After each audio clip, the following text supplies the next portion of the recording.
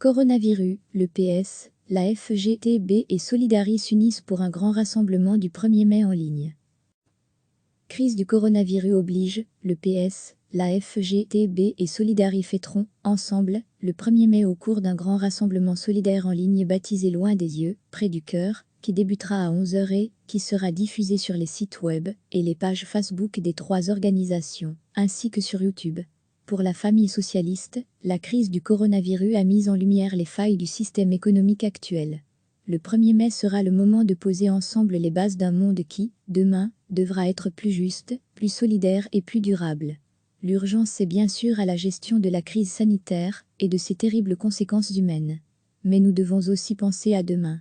Nous devrons aussi rendre justice à tous celles et ceux sans qui nous ne pourrions, littéralement, pas faire face au quotidien. Celles et ceux à qui on demande tant et dont le travail n'est pas toujours reconnu à sa juste valeur. Enfin, nous devrons empêcher ceux qui ont intérêt à ce que rien ne change de gagner cette bataille pour demain, a déjà averti le président du PS, Paul Magnette.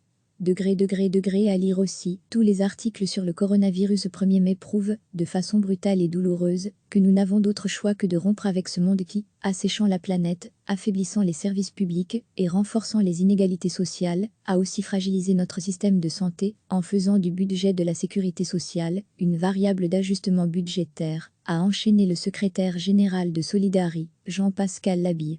Enfin, pour le président de la FGTB, Robert Verteneuil, ce 1er mai doit constituer une étape majeure vers la définition d'un monde économiquement et socialement plus juste. Nous avons payé pendant plus d'une décennie le prix de la crise financière de 2008 au travers de réformes socialement injustes menées par la droite et le capital. Nous devons tout mettre en œuvre pour que la prochaine décennie soit guidée par des réformes socialement justes menées par les progressistes de ce pays, a-t-il conclu. Recevez chaque matin l'essentiel de l'actualité.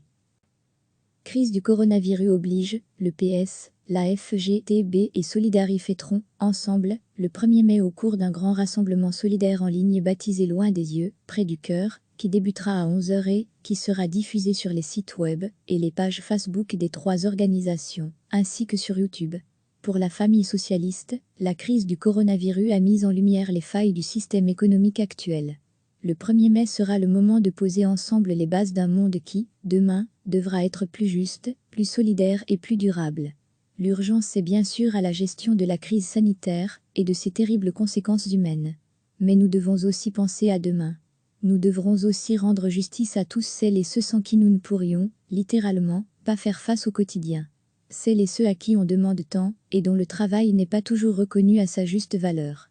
Enfin, nous devrons empêcher ceux qui ont intérêt à ce que rien ne change de gagner cette bataille pour demain, a déjà averti le président du PS, Paul Magnette.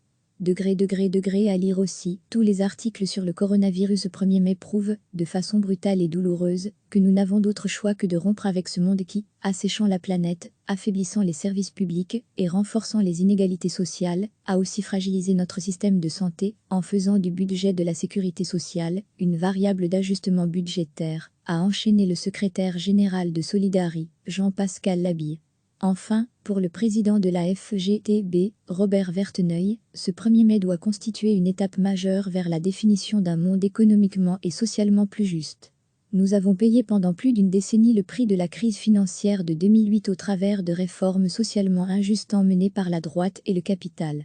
Nous devons tout mettre en œuvre pour que la prochaine décennie soit guidée par des réformes socialement justes menées par les progressistes de ce pays, a-t-il conclu. Cliquez sur s'abonner pour recevoir les dernières nouvelles.